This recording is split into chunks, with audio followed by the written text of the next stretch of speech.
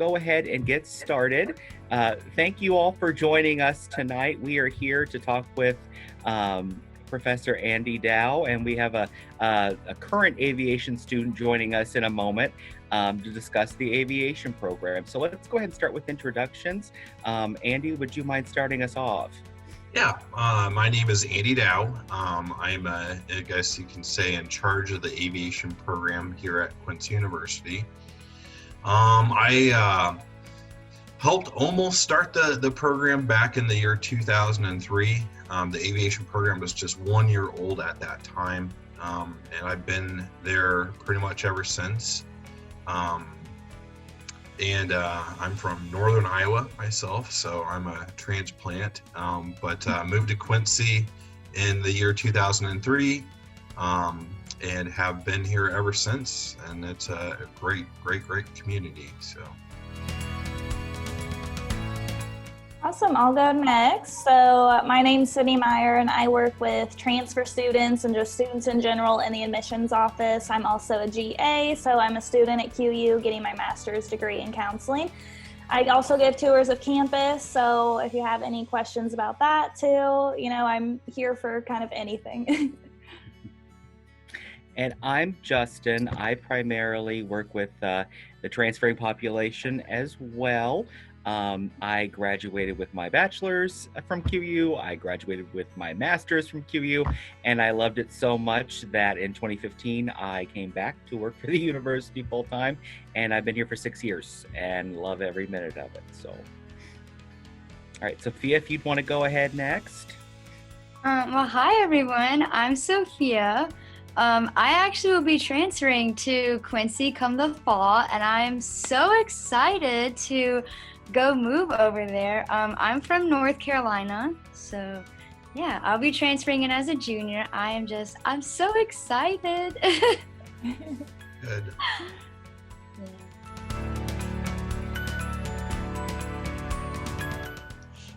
Yeah. If you would want to introduce Jack, if that's okay. Sure, I was looking to see if I had a picture around the room of him, but Jack is a junior in high school, and he goes to Lakota East High School, and he currently is in the Aviation Exploration program through our technical school, which is Butler Tech, and he loves it. So he gets very into things, and that the aviation is his thing right now. He plays baseball as well. He's a left-handed pitcher, and he has some accolades already as a junior for pitching. So, and I could tell you he doesn't keep his room clean, and faults of his, but really sent out because he's not a perfect child, but he's pretty darn close, and that's as unbiased as it comes from his mother. So. Thank you all for giving me the opportunity to speak on his behalf. He would actually die right now. Probably, yeah. He's gonna when he walks in, but it's helpful. So I appreciate you guys, your flexibility. And Sophia, I really like seeing you and that you want to transfer and hearing what you have to say as well. And I will relay everything, of course, to Jack, who hopefully will be here in the next 10 or 15 minutes or so. So I appreciate that. Sure. Terrific. One of the best introductions I've ever heard, quite honestly. If not from the source, Yeah. All right, well, we're going to go ahead and get started. We'll have plenty of time for questions, of course, tonight. I think to start us off, Andy, if you would just talk a little bit about the degree tracks within aviation, program opportunities, just what's involved training-wise, that would be great. Sure. So currently, as far as our degree programs here at Quincy University, we have 2 aviation degrees that are both bachelor's degrees. We have one in aviation, which is kind of like our flight degree, where students would earn their commercial as well as their multi-engine certificate. So at the end of 4 years, they would hold their commercial pilot certificate with airplane single engine land as well as multi-engine land. We also offer our students opportunities to become flight instructors after those certificates if they want to. Some schools, some universities force students to become flight instructors. At our university, it's an option. We definitely recommend that everybody become a flight instructor. That way you'll build up flight hours along the way, but it's not required. Some people want to teach, some people don't want to teach, and we don't want to force anybody to do so. Our second degree program is going to be in the aviation management side. So it's going to be the business aspect of aviation. It's going to provide a lot of business background. There's 500,000 pilots in the United States of America. 120,000 of those pilots are actually working as a career in aviation. And there's probably about over 1 million people that are in the aviation industry as non-pilots. So there's a lot of non-flying aviation career opportunities that are available to students. Just every single facet of business that is out there in the world has some involvement within the aviation industry. So we help our students explore a multitude or facet of jobs that are available to them. So those are the 2 degrees that we have currently in aviation. I don't know if Sophia, if you're interested in the flying aspect as well as if Jack is too as well. Yeah. So we have a couple program requirements as far as our flight degree, and I'll be more than happy. I think I seen both of your Gmail accounts attached to the link that was sent out an hour and a half ago, so I can send some information your guys' way, which would include what we would require at Quincy University before you would actually start flying.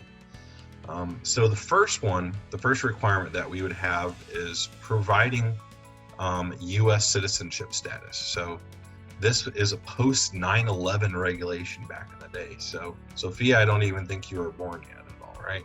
Or no, I guess you might have been like 1 year old or something like that. But so the TSA, which is the Transportation Security Administration, started this rule back in 2005, and they want to make sure that we're training U.S. citizens. It doesn't mean that non-U.S. citizens cannot fly. It just involves a lot of paperwork, fingerprinting process to be able to get them to fly.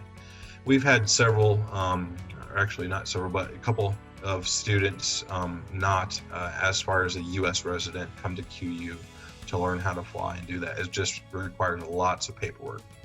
So how do you prove you're a U.S. citizenship to our flight school? There's one of 2 documents that you can provide us.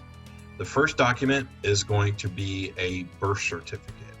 And so we would need to see the original birth certificate so that we can make a photocopy for the government, because the government comes and inspects our flight school once a year, and they require us to provide them with all these documents.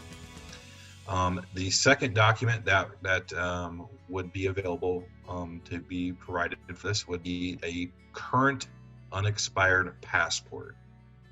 So one of those 2 documents, you would show us the first day that you come out to the airport for flying, and we make this endorsement saying that you're a U.S. citizenship because you provided us this and this and this, and that's the easy one.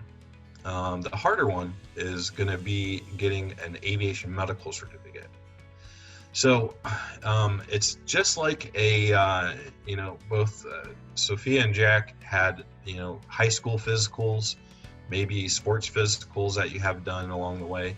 Pretty much that's what an aviation medical examination is. What we want all of our students to do is to get this aviation medical certificate before they come to the university to make sure that they're physically fit for flying.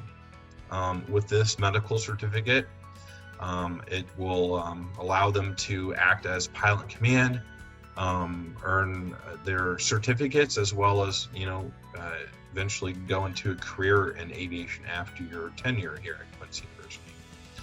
So the only difference between an aviation medical and the flight physical is that it has to be done with an aviation doctor, so someone approved by the FAA or Federal Aviation Administration. and that will be along the list of documents that I'll be sending to you. So I'll send you a 2-page document that describes all about the medical certificate. There's 3 different types, which one we recommend at Quincy University, and what each type of certificate actually means.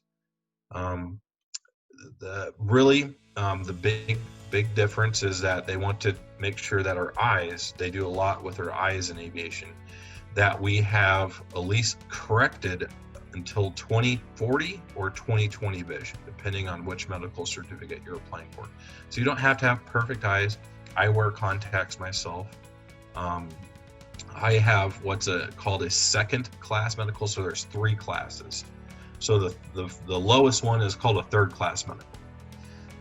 And this is a certificate that all students would definitely need to have, but this would be a medical certificate if you just wanted to get your pilot license and just go fly around for fun, recreational, fly family, friends, go to point A to point B. A second class medical, which is what I have, is actually required to act as a commercial pilot, so to actually make money within the aviation industry.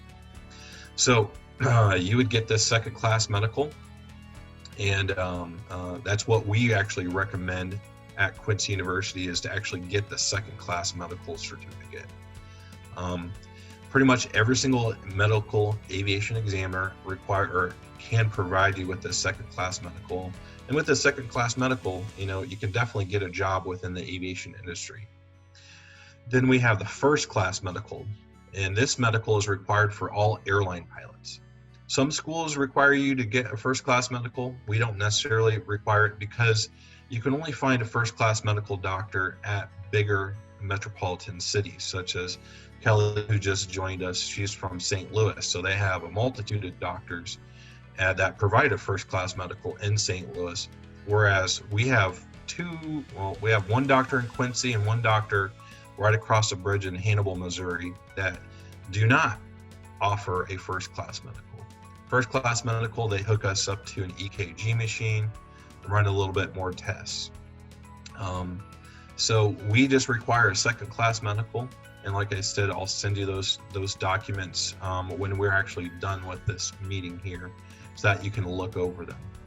So with the proof of U.S. citizenship status in the medical, you can literally start flying day 1 at Quincy University, which is something that we pride ourselves in, is to offer our students a chance to just get right up in the air.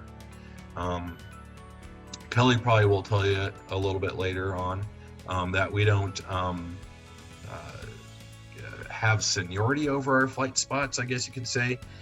Some of the larger schools that have hundreds and hundreds and hundreds of aviation students, the seniors get the first pick, then the juniors and the sophomores, and then the freshman students get, Saturday mornings at 8 a.m.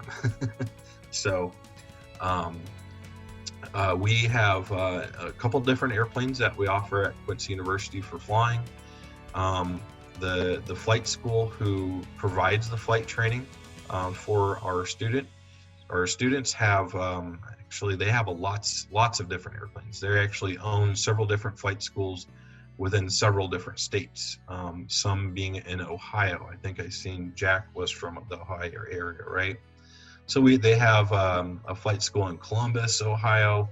They have outfit where they're mainly based at in Indianapolis, Indiana. They own a flight school in Nashville, Tennessee. Down in Texas, they just opened up one. So the best thing about it is if we do have an aircraft that needs like its engine overhauled, we do lots of safety as far as maintenance goes on.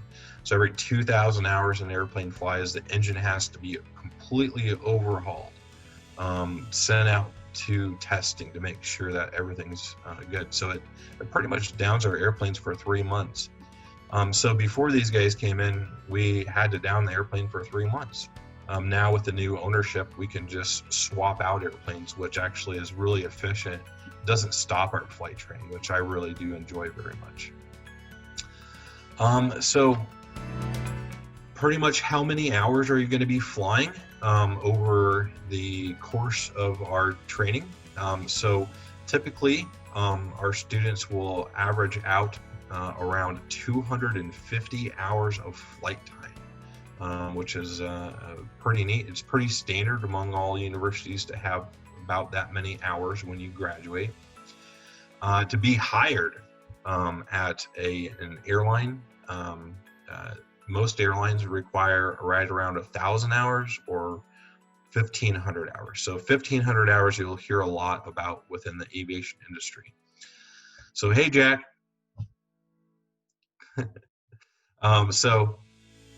Hi, we'll let you have Jack now. Thank you again for your patience.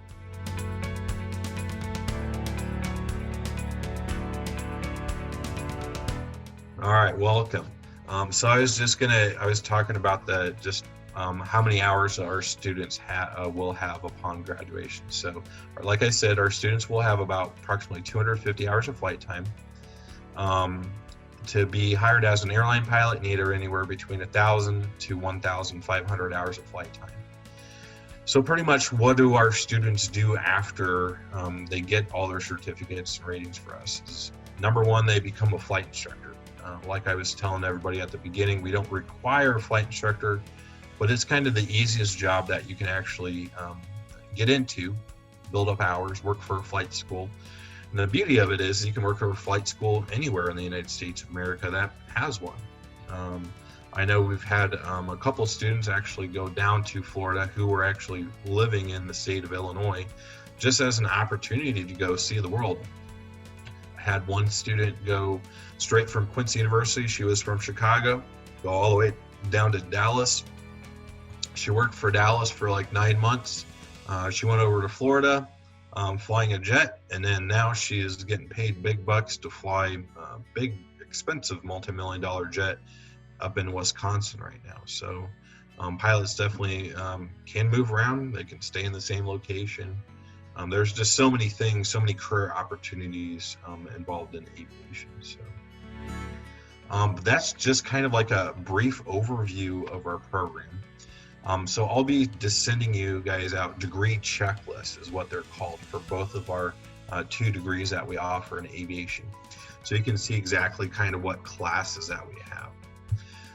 So our airport is located at just about 12 miles outside the edge of town here. And our students will, we do have an aviation car. If you do not have a car available to you that you can actually drive from the university to the airport during your flight times. And then of course, if you do bring your own car, you can go to the airport even more, which is something that we recommend because when the university is closed during holidays or on weekends and stuff, you would still have access if you had your own car to it, but you don't have to at all. All of our classes for aviation, what I'm going to call the academic classes. So our pilot ground school courses, the courses that we teach in addition to just learning how to fly, such as this semester, we have 3 of them that we're teaching. We're having one called Aviation Safety, which is all about learning about the safety of aviation, going and investigating aircraft accidents, incidents, and developing good risk management and judgment decisions. We have one called Airport Management Operations that we're doing to help out the aviation management program. And then we have one called Principles of Air Transportation, where we learn all about the air transportation industry.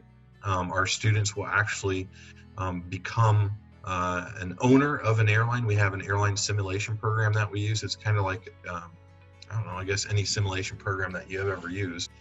So for 15 weeks, they're going to be running an airline in groups of 2 people, and they're going to be making decisions as far as how much pricing they would want to advertise for, what routes they plan to fly into. They can buy airplanes, sell airplanes, hire more maintenance, not hire maintenance. There's just so many things that they can do. So it's a really, really cool class. So we do lots of other classes besides just learning how to fly to build up your aviation background.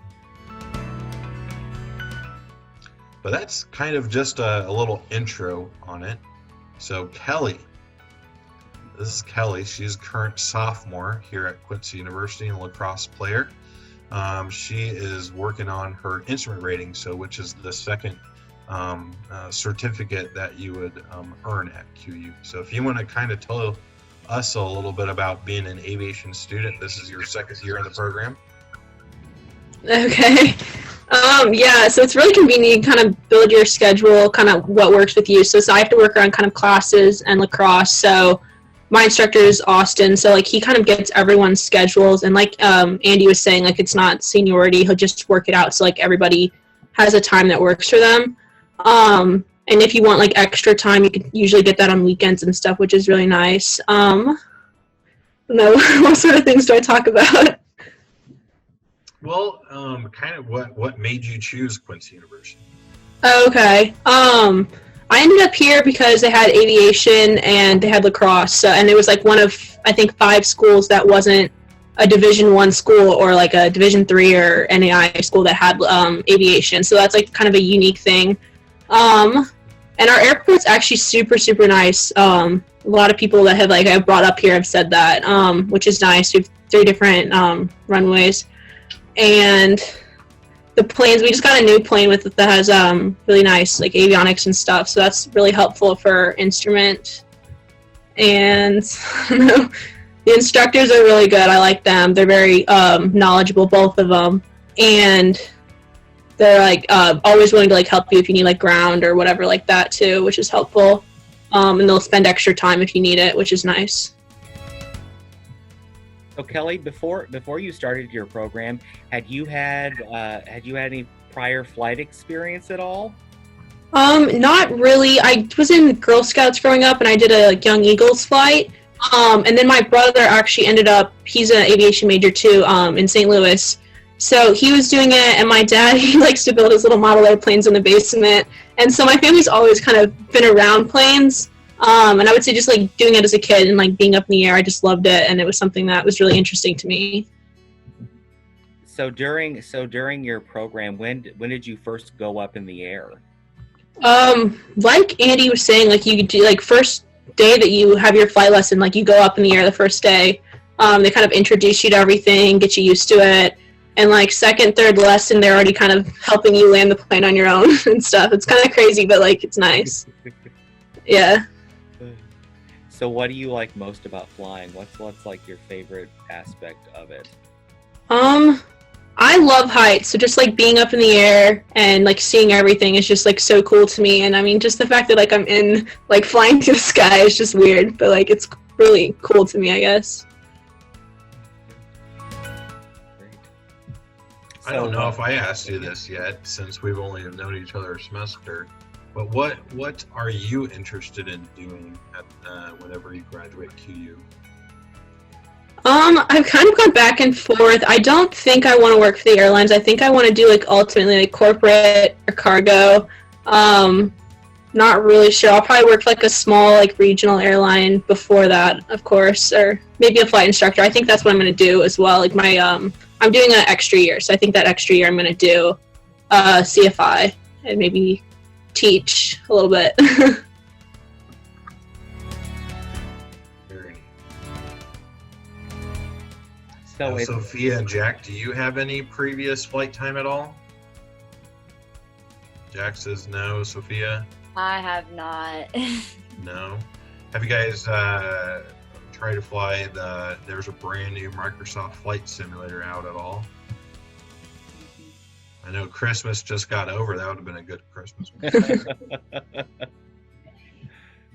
But having that little interaction of like even playing around in a flight simulator is very helpful. One of the neatest things, I haven't checked out the brand new one that just came out 2020, but the last version of it, you can actually do like little mock flight simulations, so that they would teach you the aircraft instruments, teach you the controls of the airplane, which anything like that helps out at all. So I think Jack, your mom told us that you were involved in, I believe, an Explorer's Post. Is that through the Scout organization, right? I'm sorry, can you say that again? I think your mom was telling us you were doing aviation. No, never mind. Aviation through school? Yes, I'm going to Butler Tech, which is like a trade school / company, and so they have a new program. It's like a second year that's called Aviation Exploration, and so I've been going there. Started this year, and yeah, they have 2 flight simulators. But they have a X11, I think it's called. Yeah, that was the last one. Yeah.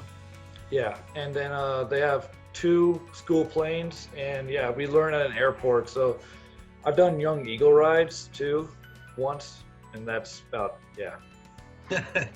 Well, very neat. Yeah, a lot of our students actually don't have previous experience. We only have about like 1 or 2 every year that actually come in with their first pilot certificate, which is something that's definitely an option to you, to actually start learning how to fly before you come to the university, and something that I would be more than happy to talk to you guys about if you guys wanted to pursue that, because there are some rules. We want to make sure that you can actually finish your certificate before you come here.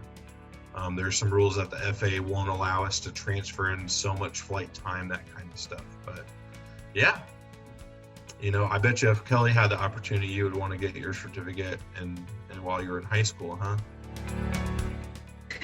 Yeah, for sure. I mean, it'd be like super nice. I was able to do mine over the summer, finish it after we got sent home from COVID, and that like helped because it's coming back. I was still on track to complete everything in time. So definitely, like, if you can get out there and like do a few flights, even just to see if like you love it and kind of get like the basics down, that would help you.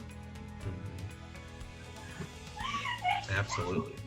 Kelly, do you ever eat at the restaurant at the airport?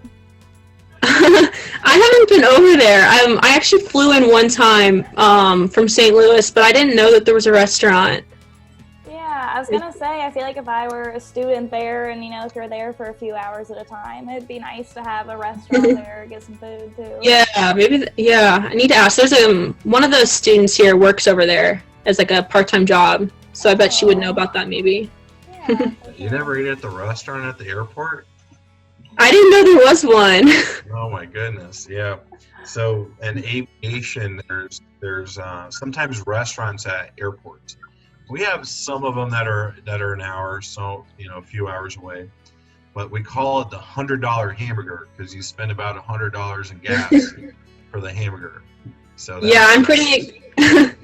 I'm excited. We're gonna do a cross country up towards Chicago and get deep dish pizza one day. So I'm looking forward to that. Yep, that's one of the cool things about being a pilot is we're not just flying around the Quincy airport. We actually do go to a multitude of airports. One of my favorite airports to fly into is Kansas City, downtown. They actually have an airport literally just 1 mile from downtown. So you're literally flying almost right in between skyscrapers on one of the approaches.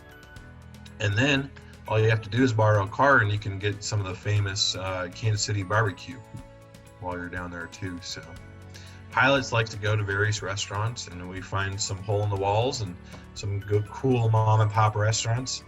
And you do this all while you're in school.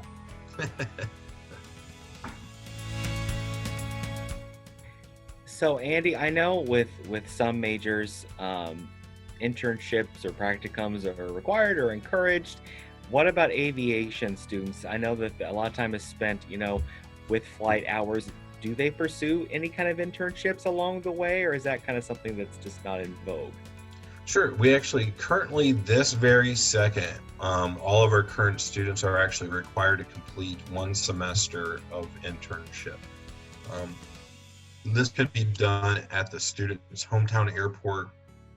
This can be done at the Quincy airport while they're at school. We like to recommend spreading your routes at your hometown airport, and I'll help you find an internship along the way. And if while you're at home and stuff like that. But right now we have it required. We're in the talks of working something out. Maybe when Sophia and Jack come in, that it's actually not required, and it would actually be an option for students. So we don't want to force anybody to do it. So we're going to be making some changes on that. So Kelly just actually, as a sophomore, she actually just enrolled in the very first semester of actually interning So she'll hopefully do that during her sophomore year this semester. So she's Yeah, I'm gonna doing it be- at the Quincy Airport. Yep. So at the Quincy Airport,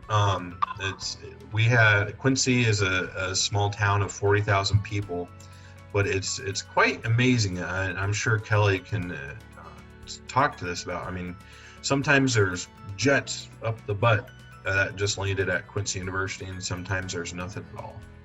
When I moved down here from Quincy from the northern Iowa, we had 3 gigantic runways, which was really a shock at such a small size town. But Quincy has lots of industry, so could be internship opportunities for you to help fuel the airplanes, park it, learn the ground operations, which is going to be really helpful within the industry, as well as we have a mechanic base at our airport. You can help turn wrenches, learn the engine aspects of aviation, because what we teach you in the ground schools is just the basics, the stuff that pilots would need to know, where you can actually have an internship, work with a mechanic, and actually do an annual inspection or a required inspection for the aircraft.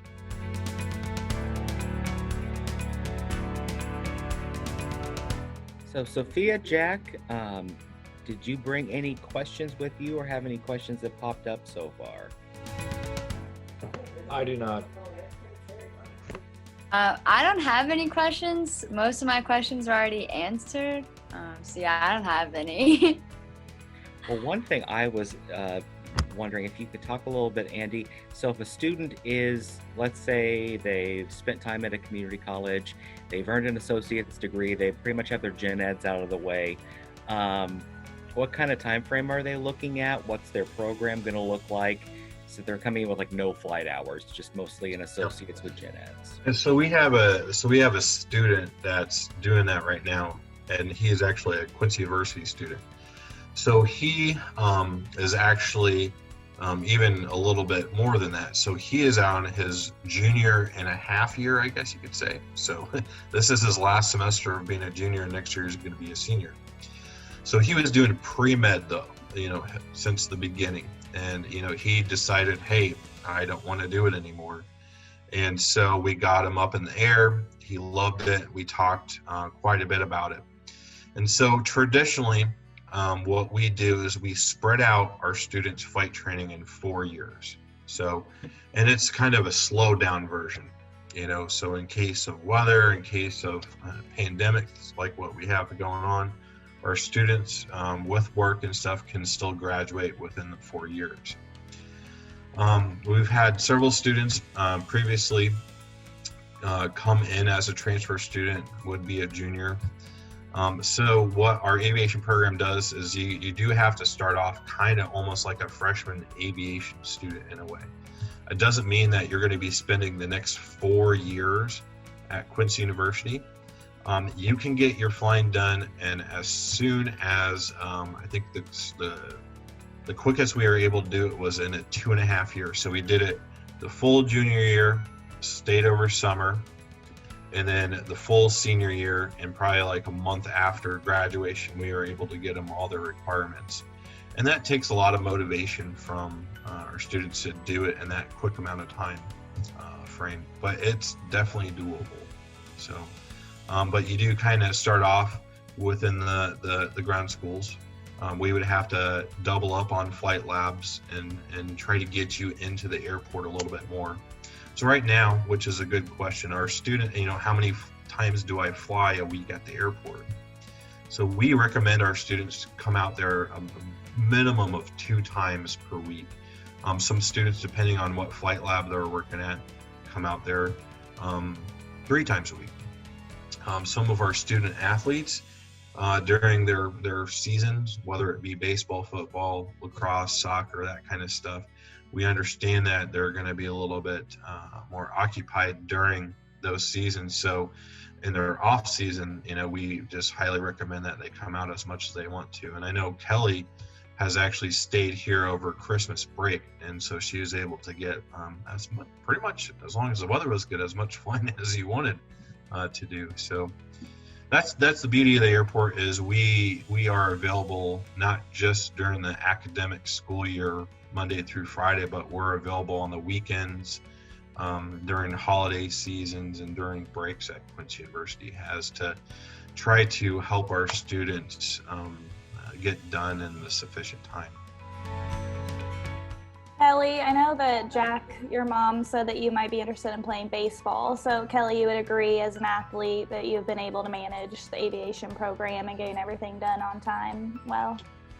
Yeah, it hasn't been a problem at all, honestly, because it's like a class. So instead of being, in class, you're out at the airport, and you can schedule it kind of around your practice times and stuff. So it hasn't been an issue for me at all. And I've been able to fly at least twice a week, even in season. Yeah, and pretty much all the coaches and all the sports know about the aviation program. They know the extra time that our students have to put in, and they're definitely, all of them are just great to work with us, and they're definitely flexible on some of the stuff. I know Kelly just literally got out of practice and everything right now, but for these events, I know that they've really helped us out, and they help their students to because they're here for their degree too, as well, just besides playing sports. So yeah, my experience has been like all of the coaches, school comes first, and so like if you're going to be 15 minutes late to practice, like that's not a problem at all. And that's kind of across the board with every sport, I would say.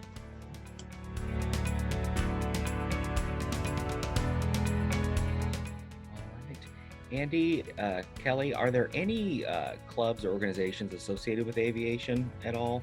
Like I know, like biology, they have a science club, and I know there's CEO with business. Are there any clubs associated with the major at all?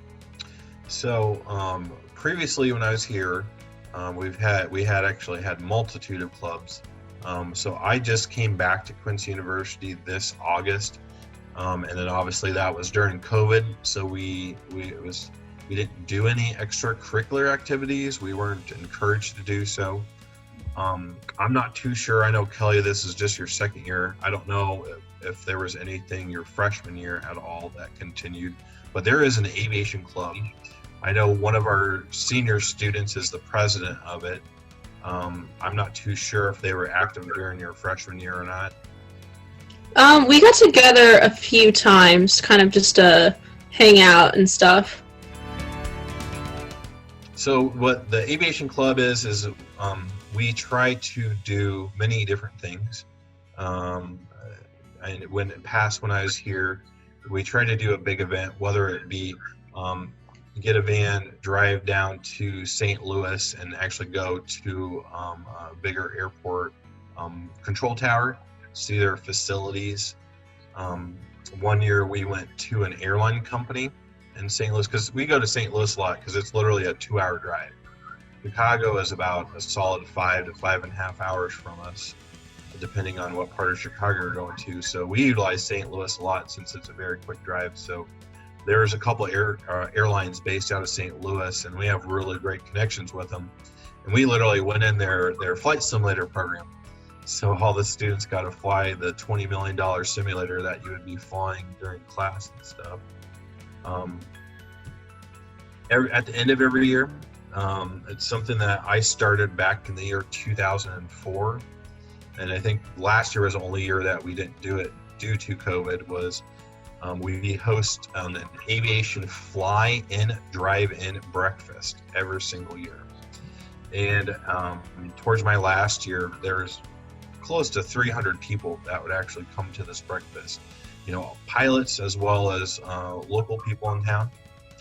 And so all the students would actually just make breakfast, and that's kind of our fundraiser to help do these tours and that kind of stuff. You don't have to be involved in the aviation program, the aviation club, but it's definitely an option to you. We also had flight teams where we would actually go compete against other universities, the big universities, which is kind of fun, kind of beating some of those universities.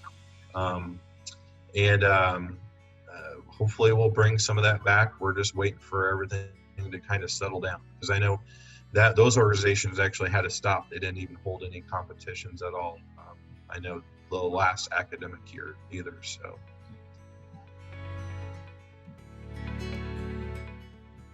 but we try to be as involved. Every new movie that came out at the movie theater, we try to go to. I know we were really looking forward to seeing Top Gun this summer. It didn't happen. So they were redoing Top Gun, which would be awesome. So hopefully, whenever it comes out, all the aviation students will get together and go see those things. I know some students hosted a movie night at the university. They try to do other things, like they hosted a No Shave November for both guys and girls with the leg hair and stuff. But yeah, we try to be active within the university as much as possible. So we try to create this a nice family environment. Everybody's included. So Andy, I know about 6:45 here. Any final thoughts? So if let's say students are looking at a couple of aviation programs, they're looking at Lewis or they're looking at us, what are, let's say, 2 or 3 things, why should students choose us over other schools if they want to go into aviation? Sure. I remember when I first started here, a lot of people thought you had to go to a big university to, I guess, get a career in aviation, but that's not the case.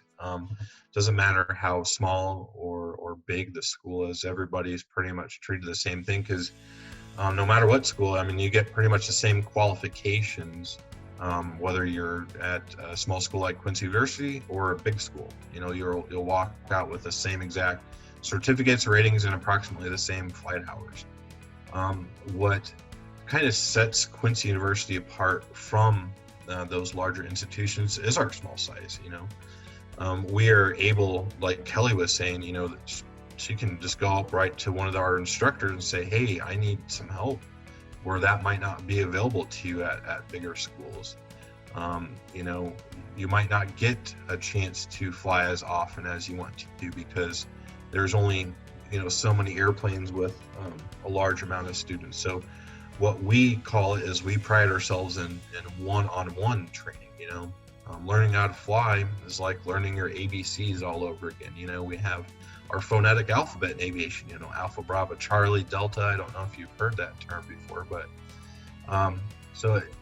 we really help and guide our students and try to personalize their training to each individual person, besides saying, hey, you're just Monday, Tuesday flight slot from 2 to 4 p.m. So that's one big thing. The other thing is, I am a designated pilot examiner as well. And so that's what I was doing during my absence during the last couple of years at Quincy University. Is I'm the guy who actually issues the pilot certificates. So it's really nice to have me here being your professor and actually guiding you. I know I gave Kelly lots of tips and tricks during our instrument ground school class on what's going to be on the final examination and stuff. And we just had, like Kelly says, we have just a beautiful airport. We have 3 gigantic runways. We have all of our navigation aids that you would need here at Quincy. I know a lot of schools actually fly to Quincy University to do some specific instrument navigation. But yeah, we're small in size. We have kind of a family environment, and that's the number one reason why our students choose QU, is because they want a smaller school feel. They don't want to feel like just a number. They want to be known by their name.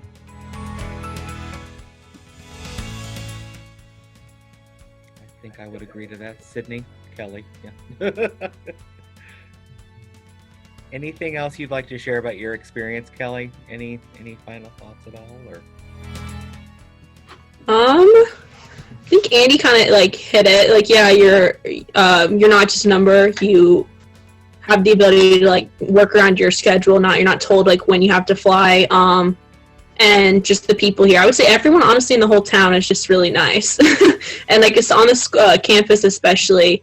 Everyone's just very friendly, willing to help you with anything. So I think that definitely sets it apart. Well, before we head out, Sophia, Jack, any final questions? Anything we can share with you? Good, thank you. Okay. All right, I'll be sending you two an email with some program information, and so that way you guys will have my contact information. If you ever want to email me back, text me or call me, feel free to do so. I'll be more than happy to answer any questions. Okay. Well, Andy, Kelly, thank you so much. You've been great. And Sophia, Jack, we're so happy you joined us tonight. We are going to have this footage, so we'll download it tonight, and then we can email it to you tomorrow. So then that way, if you want to look back on any of the information shared, you can. Okay. All right. Well, thanks everybody so much. Yeah, Take care. Thank you. Have a good night. Nice meeting Bye, you guys. guys. And thank you, Kelly. Yeah.